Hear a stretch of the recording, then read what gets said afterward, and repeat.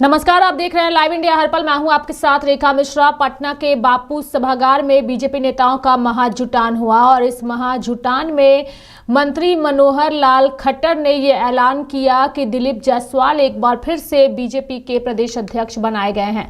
आपको बता दें कि 2025 में विधानसभा चुनाव है और ऐसे में बीजेपी ने एक बड़ा दांव एक बार फिर से दिलीप जायसवाल पर खेला है और दिलीप जायसवाल को बिहार बीजेपी का प्रदेश अध्यक्ष नियुक्त किया गया और इसका ऐलान खुद मनोहर लाल खट्टर ने किया।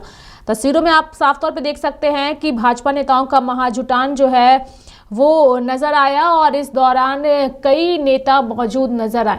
आपको बता दें कि दिलीप जायसवाल को प्रदेश अध्यक्ष चुन लिया गया है। हालांकि 6 महीने पहले वह इस पद पर विराजमान हो चुके थे, लेकिन आधिकारिक तौर पर इसकी घोषणा नहीं हुई थी। अब संवैधानिक तरीके से उनके नाम का ऐलान कर दिया गया है। दरअसल दिलीप जायसवाल प्रदेश अध्यक्ष चुनने की प्रक्रिया सोमवार से ही शुरू हुई थी। उन्होंने पार्टी के चुनाव पदाधिकारी सह प्रदेश महामंत्री राजेश वर्मा के सामने प्रदेश अध्यक्ष के लिए अपना पर्चा दाखिल किया था।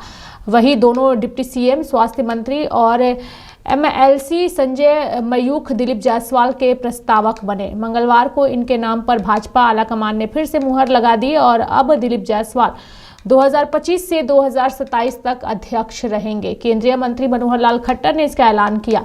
पटना के बापू सभागार में प्रभारी केंद्रीय मंत्री मनोहर लाल खट्टर ने ऐलान कर दिया। उन्होंने बिहार है तैयार फिर से एनडीए सरकार का नया नारा दिया और इसका ऐलान किया। राष्ट्रीय अध्यक्ष जी ने मुझे एक चुनाव के पर्यवेक्षक के नाते भेजा है, तो मैं पर्यवेक्षक के नाते मैं निम्नलिखित घोषणा करता हूं। आज दिनांक 4 मार्च 2025 को बिहार प्रदेश कार्यालय में भारतीय जनता पार्टी बिहार प्रदेश की अध्यक्ष एवं राष्ट्रीय परिषद सदस्यों के निर्वाचन की संवैधानिक प्रक्रिया ये संपन्न हुई।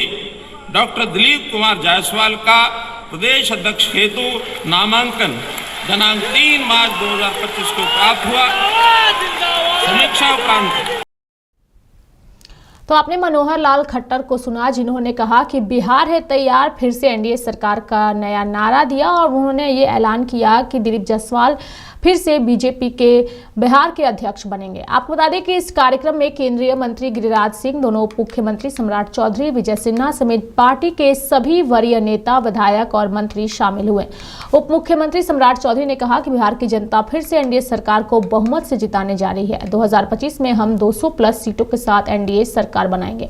अब हम आपको विस्तार पूर्वक बताएंगे कि आखिर दिलीप जायसवाल कौन है जिन्हें बिहार का अध्यक्ष बनाया गया है और इनके बिहार के अध्यक्ष बीजेपी के बनाए जाने से आने वाला चुनाव कितना महत्वपूर्ण भाजपा के लिए हो सकता है।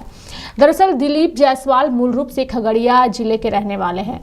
कलवार जाति से ताल्लुक रखने वाले जायसवाल के पास एमएससी, एमबीए, पीएचडी और मास्टर ऑफ फिलॉसफी की डिग्री है। जायसवाल की सीमांचल क्षेत्र में मजबूत पकड़ है। वे 2009 में पहली बार एमएलसी बने थे और इसके बाद पूर्णिया, अररिया और किशनगंज क्षेत्र से 3 बार के मेंबर ऑफ लेजिस्लेटिव काउंसिल भी हैं।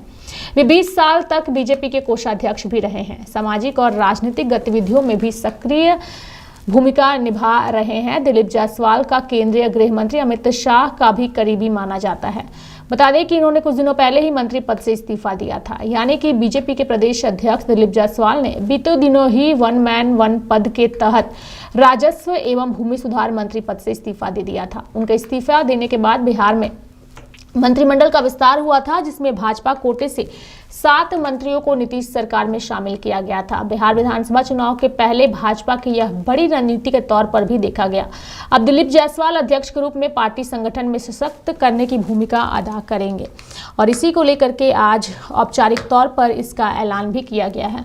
बिहार में इस साल के अंत में विधानसभा के चुनाव हैं और ये चुनाव बेहद ही महत्वपूर्ण माने जा रहे हैं और भाजपा ने दिलीप जायसवाल को बिहार बीजेपी के अध्यक्ष की जिम्मेदारी सौंप करके एक बड़ा दांव खेला है और इनके तहत बिहार में पार्टी आने वाले विधानसभा चुनाव में क्या कमल के साथ जेडीयू के तीर को संभालने में कामयाब होती है या नहीं, ये आने वाला वक्त तय करेगा। लेकिन बीजेपी का जो नारा है वो नारा तेजस्वी यादव यानी कि विपक्ष के नेताओं की परेशानी जरूर बढ़ा सकता है।